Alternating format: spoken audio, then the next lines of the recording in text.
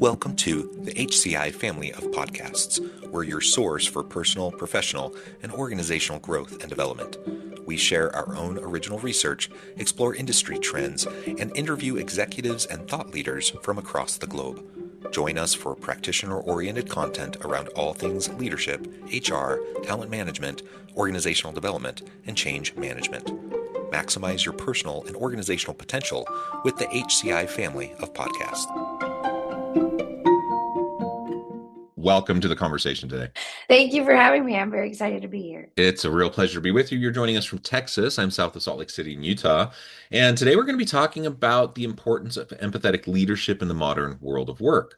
And I think it's just a perfect connection to this topic that, we were both running a little bit late this morning. I reached out and said, hey, I'm going to hop on a little bit late. And you're like, hey, that's great because I need to like support my team a little bit more and I'll be a little bit late. And I'm like, okay, that's exactly what this is all about. Like we try to have schedules, we try to be prompt, we try to be value other people's time and show up when we say we're going to show up and all that. But also life happens, right? And like real world stuff happens. And sometimes we get delayed. Sometimes we have to reprioritize our team a little bit for a few minutes as they're dealing with something, right? And anyways, I thought that was like a perfect kind of like introduction and setup to our conversation today. As we get started, I wanted to share Ashley's bio with everybody. Ashlie Marshall is a results-driven chief strategy officer at tier level who transforms digital marketing challenges into growth opportunities. Since joining the company in 2018, she rapidly advanced from account manager to CSO through her exceptional ability to build client relationships and deliver measurable business outcomes.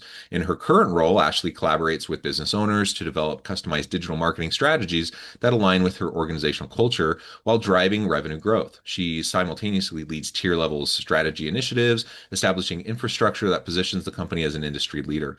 Ashley's professional journey reflects her determination to overcome obstacles and help others succeed. Her balanced perspective as a strategist, marketing professional, team leader, wife, and mother informs her holistic approach to business challenges. I could say more, but I'm going to pause there. Anything you would like to highlight by way of your background before we dive on in? Oh gosh, that was a lot. No, I definitely that kind of fits it. I wear a lot of hats. I do a lot of different things for the company. And some days I'm in the financial role, some days I'm in the leadership role, some days I'm in the client facing role. It takes all pieces of the puzzle to make the ship keep moving. It's kind of like if you're a parent, you one day your kid is doing great and one day your kid's losing it and you're just trying to figure out why they're losing it so that you get to help them work through it the best way they can. And the same approach comes with business. When you're leading a team, you try to figure out what exactly is causing that team or team member to struggle, and then you coach them through it, right? You don't solve their problems. You don't do it for them. You coach them on how to be able to do it for themselves. So it's different hats, different times, and you just kind of work through it. Yeah, yeah. And that coaching piece is so important in a really complex, hyper like vacillating kind of environment that we're in right now. And Mm-hmm. so we're trying to deal with all sorts of complexity within our organizations, within the broader market. And then of course we recognize that like people in their personal lives and their families are also dealing with those similar types of things. And so we want to be able to coach, we want to be able to build, we want to be able to develop our bench strength and members of our team. And I'm not sure it's possible to do that effectively without empathy. The companies will have formal coaching or mentoring programs. They'll have, opportunities for people to sit down with others and learn from them in formal ways. But so much of what needs to happen is just the day-to-day pivoting and the day-to-day adjustments. And that really happens via that coaching, that, good managers will spend their time committed and devoted to helping their people. But again, that empathy piece, without it, I'm not sure how effective you could possibly be. Like if you're coaching without empathy, it seems like you're just kind of talking down to people often. Someone does something wrong and you make them wrong and you point it out and then you tell them to do better. And that's not uplifting. That's not powerful or, empowering in any way. So how do you view the role of empathy, within your broader coaching? You wear all these different hats, you're doing lots of different things. Like, what does it mean to have empathy for yourself, for your team, and for the organization as you're trying to, move things forward in a positive way, knowing that it's messy? Okay, so that question has a couple of different questions involved in it. But in terms of, I'll touch on the first part that stood out to me the most, empathy for yourself. I think that all of us are the worst at having empathy for ourselves, right? You usually are your own worst critic. And so almost everybody is battling that negative self-talk, right? Or the self-talk that is not necessarily helping you achieve anything. Definitely not having empathy for yourself and whatever you're going through. But in order to be effective at having empathy for others, you have to start with having empathy for yourself. So that's one place that it is very wise to make sure you have a center. For me, I have a strong foundation in my faith that helps me to maintain my center and helps me to maintain my empathetic self voice when referring to myself, right? So that's step one. Mhm. And that is not something that once you get it, you have it. Like, it is a constant everyday practice that you have to have in Yeah. place with discipline in order for you to continue to be showing up for others. Can Um, I just double click on that for a second? So yeah. you're right, like, and everyone's heard all the stuff. Like, it's not necessarily new, it's not rocket science, it's not like conceptually difficult to understand. Like, we need to do those things, to center ourselves and to make sure that we're in a place where we can be good for others. It's literally like on flights, every single flight we go on, they're like, put on your mask first, right? So we hear that over and over and over again, yet it is hard to do. It's really hard to do because it requires consistency. It requires, that commitment, to ourselves. And I don't know about you, but for me, I tend to overburden myself sometimes because I see the needs of other people, and I'm like, I want to be helpful to other people, and then I don't invest enough into maintaining myself. And then that depletes myself, and then I'm not able to support other people as much. So it's not even, it comes from a place of wanting to help. It comes from a place of wanting to be supportive, but then I burn out, and so that ultimately that's not helpful to anybody if I'm burning out. So, like, how do you approach that in terms of trying to have that discipline, that consistency? Because again, it's not like we know lots of things, like get enough sleep, eat a good healthy diet, get some exercise, uh, mindfulness practices. Like, we know what we need to do. Yet we all have, ongoing struggles and battles with all of those things. A lot of us do. And yeah, how do you approach it? I don't always win at it. To be honest, I'm human just like everybody else. But for me, making sure that certain things that are important to me, I do every day. One thing is, I spend time in scripture, reading the Mhm. Bible, right? That's one thing that I do. Another thing that I do is I try to have some form of physical activity that day, right? For me, years past, I would wake up at 5:30, get my workout in, and then go about my day with my kids. I'm in a season of life where that's not possible. I'm getting home really late. My kids have after school activities. I can't get up. Like, the 5 a.m. is just really difficult. So I work out while they're in practice, right? So I changed my schedule so that I can maintain the discipline, but it's not overwhelming me, right? So my son's outside doing soccer practice. I'm walking at the park that he's practicing at, right?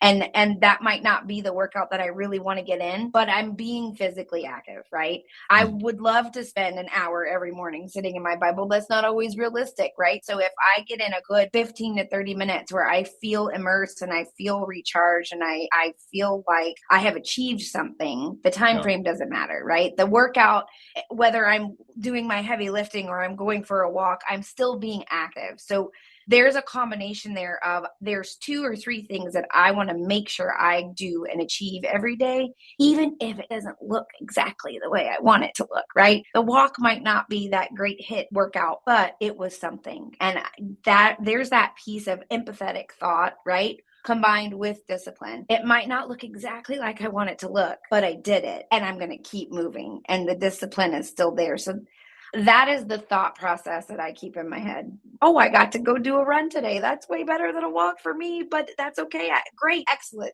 So like Yeah. having that empathetic voice is always helpful.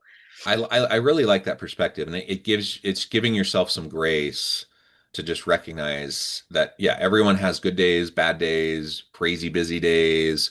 I have children as well. Like it's just unpredictable. Like you just don't know like what's gonna happen. Like you can Yeah. have your best laid plans in front of you, and then it can all get thrown, out the door like first thing in the morning. Like you just don't know. And same thing with, when you're leading a team, like just stuff happens. Like, and then you have to be Hmm. able to respond to it and you have to be able to provide support. And so having patience and grace for yourself is just as important as having it for your team. When Hmm. you're trying to coach them, mentor them, and support them. And you can't do that for them if you can't do it for yourself first.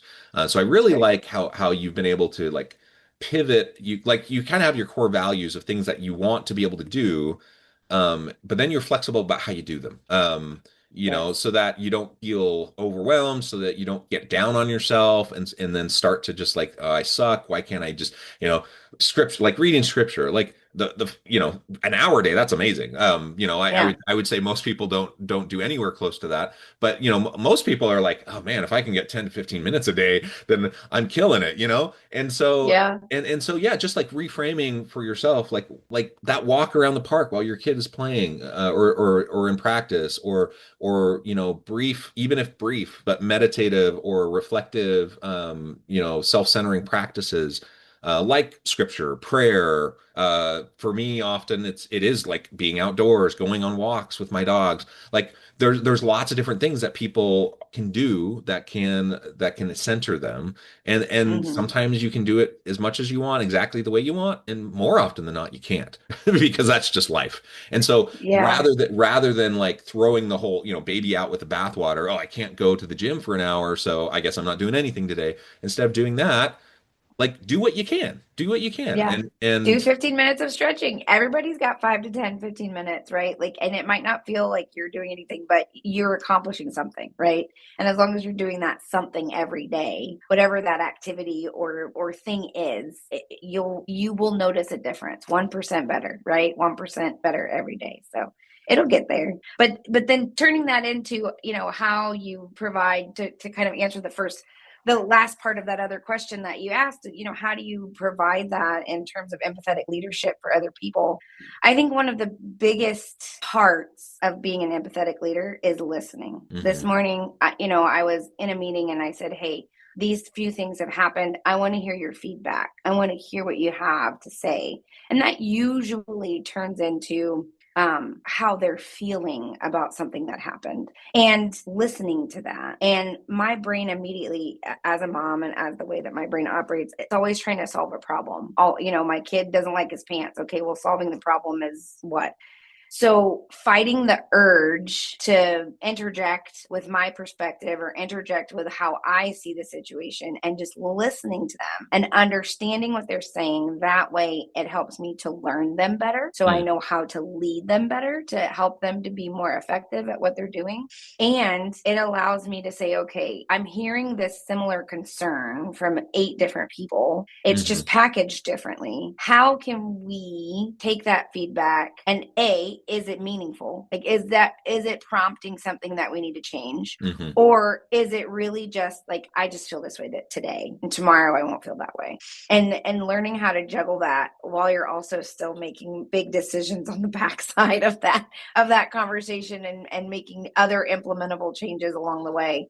It can be challenging, but listening is the best part or the hardest part about empathetic leadership, but it makes the biggest impact. Yeah, I mean it's absolutely essential to be able, to understand your people. Like long ago, I was sitting in a class, at university, and we were talking about leadership, motivation, like team stuff.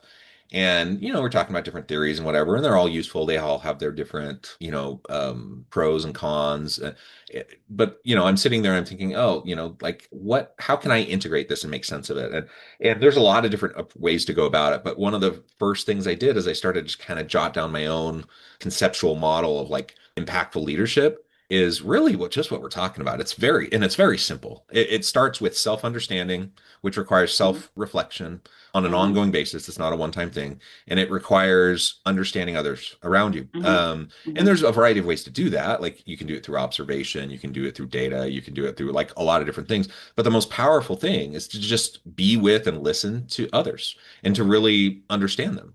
And you Mhm. can't fully understand other people until you have a good understanding of yourself. And the more you understand others and how you interact with them, the more you can understand yourself. So it becomes this Mhm. reciprocal process if we have intentionality around it. And it does require us to just be with and to listen to those who we're with. And I'm the same Mhm. way. Like I tend to go into like problem solving mode, which is Yeah. the death nail of like really listening sometimes because someone says something, I'm like, oh, I have, it comes from a place of wanting to help, right? And Yes. Yes. it's not like I'm trying to like smother them or something. They say something, I'm like, oh, I try this or whatever. But I'm like, no, I gotta like remind myself, just pause, take a step back, and to just listen. And as the old thing goes, like most people, when they share, things that are frustrating to them, or when they're complaining or venting or just sharing, something that's hard, usually they just want to be heard. They don't need you to fix it for them. Usually they actually Right. know like some of the things they need to do, but they just want to Yep. be able to let it out. And so you just need to have the discipline to be able to stop, listen when something comes in your mind that you think you want to say, like filter it a little bit and just like pause Mhm. and then give Mhm. them a chance to share. And the more that you understand where they're coming from, if it gets to the point where you can share like how to help or like give them advice or whatever, or give them those coaching moments, then you're in a way better position to do that in a way that's going to be meaningful for them. Because the reality is we're all different. We're all unique. We may have similar personalities. We may be in a similar life stage, career stage. There might be a lot of things that line up that are similar between me and another person on my team. Often not, though. A lot of times, all those things are different too. But even if all those things are the same, we all just come to things from a different perspective. We have different Mhm. baggage. We have different life experiences. We have different outlooks on the future. And so as much as I might think I understand that person sitting across from me, chances are I don't. Mhm. I just have to have that like humility to recognize, that as intuitive of a person as I might be, as much as I try to have empathy and to understand, as much as I value those things, the reality is I'm still going to be sitting across from somebody that I don't fully understand, despite my best intentions. And so just leaning into that and having the humility to continue to listen is very, very powerful. And people can tell the difference when you're listening to understand versus when you're listening to fix or you're listening to manipulate in some way. Yeah, and there's power in the silence too. You have to think, okay, they just express all their concerns and you need to give yourself 10, 20, 30 seconds to really think through the things they just said and then respond. Because it allows you to actually formulate a response that's not fixing the problem. I think a leader I had early on used to make me so mad. But then when I understood what he was doing, it all made sense. And I think that a lot of the ways that I lead are similar to this. But he would ask me to achieve something, a goal or finish a report or something, and I would run into a problem and he would check in with me and I would say, well, I'm struggling with this piece. And then he was like, okay, and then what are you gonna do about it? And I'm Hmm. like, I don't know. I'm telling him that I'm struggling with it because I don't know what to do. And he's like, where can you find the answer? Who do you think you could ask for help? Like he would ask me question after question after question. Yeah. And I was very young. I mean, just out of college,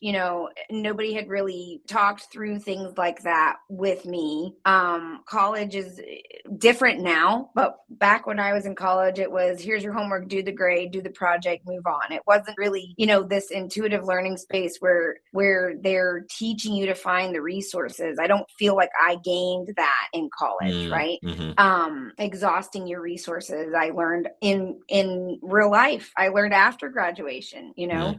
and he was a big part of that. And so, a lot of the way that I approach it is, okay, if they come to me because they messed something up, I say, okay, this is a learning moment. How would you have done it differently? And then they'll say, well, I think I would have done this differently. And if they ask me, what would you have done? I'll say, well, this is how I would have handled that. But I'm not going to give them that information unless they ask for it. And unless they are like at the point where they're throwing their hands up, getting ready to go crying out of the room, I typically don't give them a solution or an answer. I walk them through how to find it for themselves or how to rethink the situation from a different perspective. And I do this with friends, with family, with lots of people. I always play devil's advocate. If somebody is really upset about somebody's treated them this way or somebody said something, and I try to reframe that perspective with, well, but if this happened and this happened and this happened and you were sitting in this role, what would you think? Or how would you respond to that? And a lot of times you get confronted with well, I wouldn't do this. And I'm like, really? Are you sure you wouldn't do that? Kind of putting yourself in the other person's shoes and really trying to have a conversation from the other perspective. It tends to land them in a spot where they're handling it in a good way.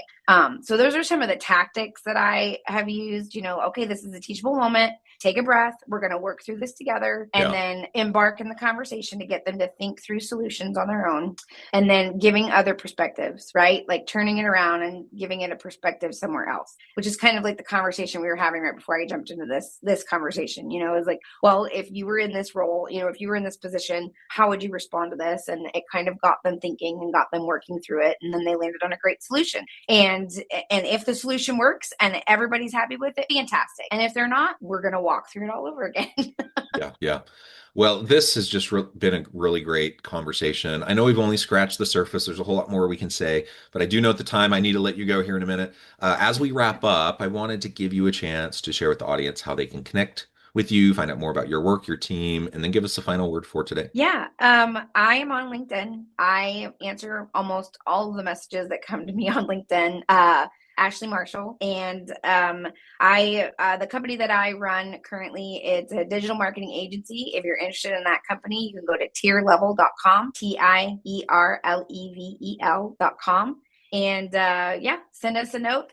You can always email me at ashley@tierlevel.com. Those are all the ways you can reach me. LinkedIn, email, and company website, always available. And final thought would be give yourself grace and then extend the same grace to others. And if you're better at giving grace to others, then remember to give yourself the same amount of grace. You deserve it just as much as they do.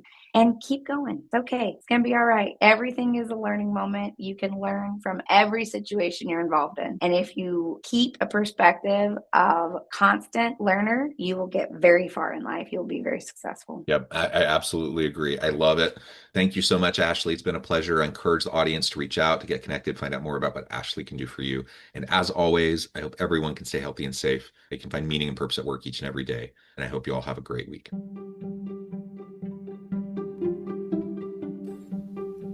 Thanks for joining us for this episode of the podcast. We hope you stay healthy and safe, and please join us again soon.